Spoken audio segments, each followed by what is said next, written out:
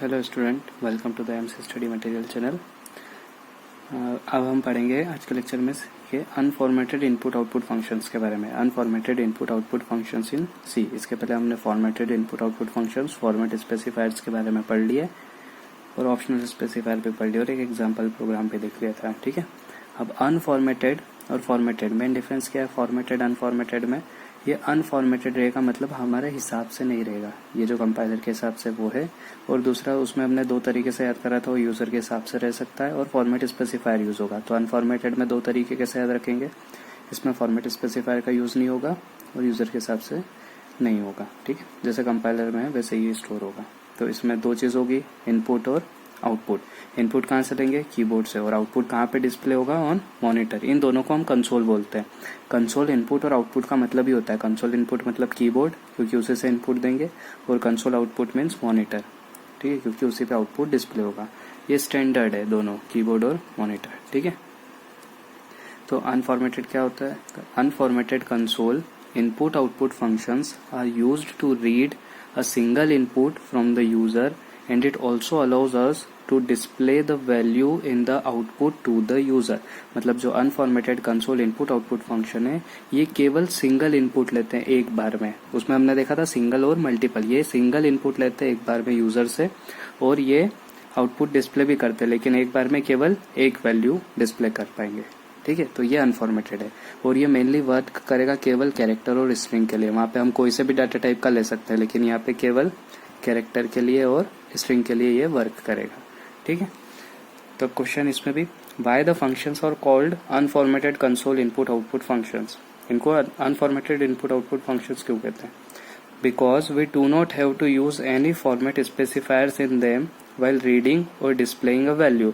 तो वैल्यू को रीड करने या डिस्प्ले करने के दौरान हम इसमें कोई से भी फॉर्मेट स्पेसिफायर का यूज नहीं करते हैं, इसलिए हम इसको क्या बोलते हैं? Unformatted console input output functions. ठीक है, तो पहले पढ़ते हैं इनपुट फंक्शंस के बारे में। सबसे पहला इनपुट फंक्शंस है, 4 इनपुट फंक्शंस है। पहला है गेट सी एच, ये हमने देखा है प्रोग्राम में भी हम लास्ट में यूज करते हैं, आज उसका क्लियर हो जाएगा क्यों यूज करते हैं। Get C H E, get char और गेट एस, ये 4 इनपुट फंक्शंस है। तो देखो तीनों में क्या दिख रहा है? सी एच, सी एच ई और कैर। ठीक है, ये तीनों कैरेक्टर के लिए, और गेट एस, एस से स्ट्रिंग के लिए। यहाँ पे इंटीजर फ्लोट वैल्यू का कोई वो इनपुट नहीं ले पाएगा, तो ये केवल किसके लिए काम करेंगे? कैरेक्टर वैल्यू के लिए। ये 3 फंक्शन कैरेक्टर के लिए और ये एक फंक्शन स्ट्रिंग वैल्यू के लिए। ठीक है, ऐसे आउटपुट फंक्शन है हमारे पास 3, पुट सी एच, पुट कैर और पुट एस। ये दोनों character value, single character value, और पुट एस स्ट्रिंग वैल्यू। ठीक है, इसके अलावा ये दूसरे वैल्यूज को नहीं कर पाएंगे। तो पहले देखते हैं हम get C H function. It reads a single character from the user without echoing या डिस्प्लेइंग इट। इकोइंग का मतलब होता है डिस्प्ले करना। तो ये क्या करता है? एक सिंगल कैरेक्टर लेता है यूजर से, मतलब कीबोर्ड से, पर उसको डिस्प्ले नहीं करता है। कहाँ पे डिस्प्ले नहीं करता है? ये जो मॉनिटर की, जैसे हम फंक्शन यूज करते हैं कोई सा भी इनपुट वाला, तो ब्लैक स्क्रीन दिखती है क्योंकि हम इनपुट वहीं देंगे, तो यहाँ से इनपुट होगा। लेकिन ये जो फंक्शन, जो भी हम कैरेक्टर देंगे, जो भी प्रेस करेंगे कीबोर्ड से, वो यहाँ पे आपको दिखेगा नहीं। आपने जैसे बी प्रेस करा तो वो बी आपको यहाँ पे नहीं दिखेगा। किस फंक्शन में? गेट सी एच में। तो it reads a single character from the user without displaying it, उसको डिस्प्ले नहीं करेगा। ठीक है, उसके बाद है गेट सी एच। तो इसको अब हम समझ लेते हैं हम प्रोग्राम के लास्ट में क्यों लिखते हैं। क्योंकि जैसे ही गेट सी एच लिखेंगे तो ये क्या डिमांड कर रहा है यूजर से कि आप एक कैरेक्टर दो, कोई सा भी कैरेक्टर प्रेस करो, एंटर की हो, ABCD हो, 0 to 9 हो या स्पेस बटन हो, कुछ भी प्रेस करो, तो ये कैरेक्टर की मांग कर रहा है, डिमांड कर रहा है। तो गेट सी एच हम इसीलिए लिखते हैं लास्ट में कि वो गेट सी एच से क्या होगा? ब्लैक स्क्रीन आएगी। और वो ब्लैक स्क्रीन कब तक रुकेगी? जब तक आप कीबोर्ड से कोई सी भी की, कोई सा भी कैरेक्टर प्रेस नहीं कर देते हो। इसलिए हम क्या यूज कर लेते हैं? Get C H. हम गेट सी एच भी यूज कर सकते हैं, गेट केयर भी यूज करते हैं। और गेट सी एच क्यों यूज करते हैं? क्योंकि ये उस कैरेक्टर को दिखाता नहीं है। आपने देखा होगा जब भी आप कोई सा भी बटन प्रेस करते हो तो वहां पे कोई सा भी कुछ भी दिखता नहीं और वापस आप मेन प्रोग्राम पे आ जाते हो। इसलिए हम क्या यूज करते हैं? Get C H. ठीक है, दूसरा है get C H E. Get C H E क्या है? Reads a single character from the user and displaying it. ठीक है, ये प्रोग्राम है, ये स्क्रीन आएगी, जो भी आप कैरेक्टर दबाओगे वो आपको दिखेगा और आप वापस कहाँ आ जाओगे? आपके मेन प्रोग्राम पे।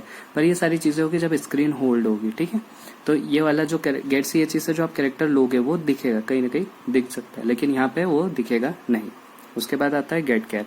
गेट केयर में ये स्कैन एफ जैसा है, जैसे हमने स्कैन एफ पढ़ा कि वो कैरेक्टर लेता है और जब तक एंटर नहीं दबाओ जब तक बाहर नहीं जाता है, ठीक है, ऐसे ही। तो गेट केयर स्कैनफ जैसा है।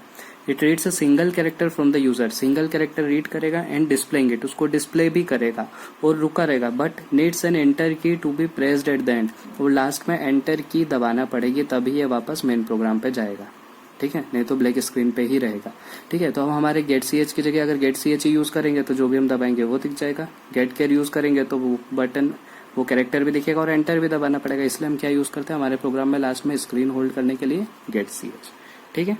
और ये गेट केयर था, ये स्कैनफ जैसा है, ये तीनों कैरेक्टर के थे, क्लियर है। और स्ट्रिंग का एक ही get S, it reads a single string entered by the user, जो भी सिंगल स्ट्रिंग है, स्ट्रिंग मतलब मल्टीपल कैरेक्टर्स, जो भी यूजर एंटर करेगा उसको रीड करेगा, ठीक है।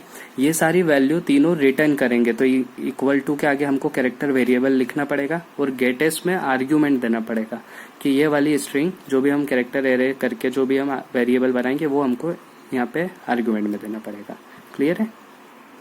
उसके बाद है output functions, put C H put char, दोनों का काम सेम है, displays a single character value, displays a single character value, दोनों क्या करते हैं, सिंगल कैरेक्टर वैल्यू को डिस्प्ले करते हैं, जो भी आपने वैल्यू ली वो डिस्प्ले करेंगे, पुट केयर भी एक वैल्यू डिस्प्ले करेगा, और पुट एस क्या करेगा, displays a single strings value, जो भी स्ट्रिंग वैल्यू ली है उसको डिस्प्ले कर देगा, ठीक है। तो पुट सी एच कौन सी वैल्यू डिस्प्ले करेगा, अब यहाँ पे कोई हमको असाइनमेंट तो कर नहीं सकते, तो पुट सी एच के आर्ग्यूमेंट में हमको वो वेरिएबल देना पड़ेगा जो हमको डिस्प्ले करवाना है, पुट केयर के फंक्शन के आर्ग्यूमेंट में हमको वेरिएबल देना पड़ेगा जो हमको प्रिंट करवाना, पुट एस के आर्ग्यूमेंट में हमको वेरिएबल देना पड़ेगा जो हमको प्रिंट करवानी जो स्ट्रिंग, क्लियर है।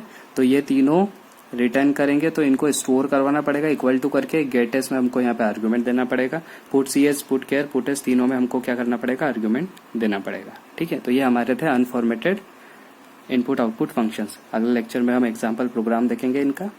Thank you.